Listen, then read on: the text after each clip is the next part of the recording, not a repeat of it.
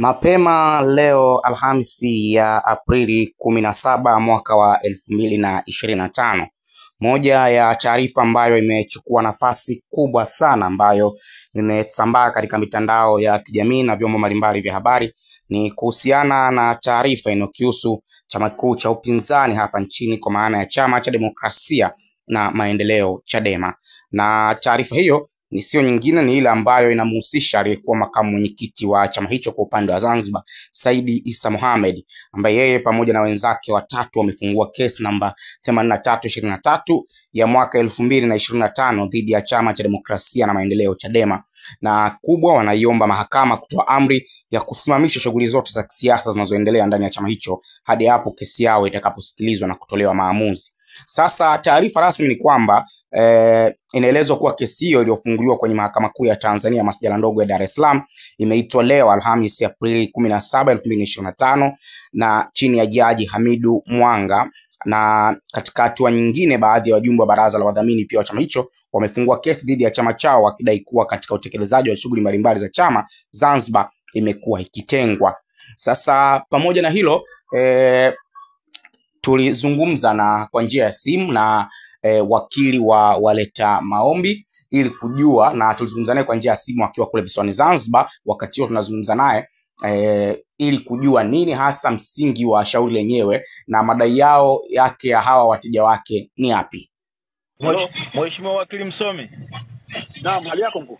Mimi naitwa John Malwa, ni mwandishi wa habari kutoka Jambo Television. Ndio. Unaongea na wakili Gido Simfukwe. Uko wapi wakili? Ni for the time being naongea na wewe, niko Zanzibar sasa hivi. Okay, naomba kujua hili jambo likoje? Hili jambo ni kwamba kuna our members wa board of trustees. Yaani bodi ya wadhamini kwa lugha ya Kiswahili. Bodi ya wadhamini ya hicho chama. Ya hicho Chama cha Demokrasia na Maendeleo Chadema. Wamekuwa aggrieved hao wanaotoka Zanzibar kwa upande wa Zanzibar, kwa sababu bodi ile inaundwa na wajumbe wote kutoka bara na Zanzibar, ambao jumla wako wangapi? Jumla yao nadhani nitakutajia hivi karibuni mtu baada ya dakika chache hivi. Sawa. Sasa wamekuwa wao hawajalizika na mgao wa rasilimali za chama. Ndio. Kati ya Tanzania bara na Zanzibar. Ndio. Kwa mfano mathalani tuchukulie Tanzania bara, kuna majengo, kwa mfano wamenunua jengo jipya hivi karibuni. Ndio. Lakini Zanzibar hakuna jengo lolote, hata ofisi wamepanga. Ndio. Kuna magari ambayo yapo mengi tu wanatumia. Ndio. Kuna mashamba mengine yako, kwa mfano wapi maeneo mbalimbali ambao ni mali za chama. Ndio. Lakini kwa upande huku hakuna kitu chochote ambacho wanacho, ambacho pengine katika swala immovable property. Ndio. Hata ukiangalia katika mgao wa ile ruzuku matumizi ya pesa. Ndio. Yani huku inaletwa shilingi 400,000, inaletwa pengine kwa mwezi wanaleta 400,000, pengine wanataka kutoa 200,000. Hata mishahara ya wafanyakazi imekuwa ni shida, wengine wanadai mishahara yao hawajalipwa. Ndio. Sasa hii imewafanya kwamba wamesema bana, hapana, sasa enough is enough. Tumepunjwa, yani kwa ujumla kuna mapunjo ya mgawanyo wa rasilimali za chama kati ya Zanzibar na bara. Ndio. Kwa hiyo ndio ambayo imepelekea sasa hawa board members kutoka Zanzibar wanasema hapana, sisi twende mahakamani, tufungue kesi, tudai mapunjo yote ambayo tumekuwa tukipunjwa, na pia mahakama itoe tamko juu ya mapunjo haya kwamba ni yanakwenda kinyume na Political Parties Act. Ndio. Yanakwenda kinyume na katiba yenyewe ya Chadema. Ndio. Yanakwenda kinyume pia na miongozo ya msajili wa vyama vya siasa. Ndio. Pamoja na mustakabali mzima wa muungano wetu, kwa sababu muungano, chama chote kinachoanzishwa lazima kiwe ni chama cha kimuungano. Ndio. Kinachokuwa huku na huku. Sasa kama upande mmoja unanufaika zaidi kuliko upande mwingine, hawa wamesema hapana, hii haiwezekani. Ni wajumbe hao, unaweza kunitajia majina yao? Nadhani kama ulivyoyaona kwenye summons, kama umeshapata summons. Sijaipata summons. Tunaweza kukutumia summons ukawa nayo mso. Ndio. Kwa hiyo wako watatu. Na unategemea kufungua shauri lini na mahakama gani?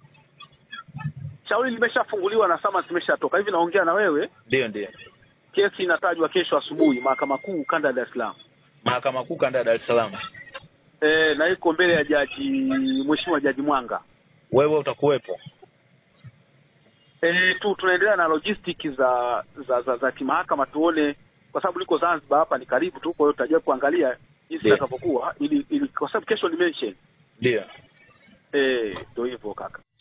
Lakini tukarejea pia upande wa pili ambapo tukazungumza pia kwa njia ya simu na mwanasheria mkuu wa Chama cha Demokrasia na Maendeleo Chadema, Dr. Rugemeleza Nshala, ambaye naye pia amethibitisha uwepo wa shauri hilo mahakamani na ameweka wazi kwamba wanachama hao wapo watatu na madai yao makubwa ya kwamba ya msingi wanasema Chadema imekuwa ikitenga Zanzibar katika matumizi mbalimbali ya mali za chama na mgawanyo wa mali. Huyu hapa Dr. Nshala ambaye tuzungumza naye kwa ufupi wakati akiwa anaendesha gari, akisema kwa hiyo hakuwa na utulivu mkubwa, lakini alithibitisha uwepo wa kesi hiyo.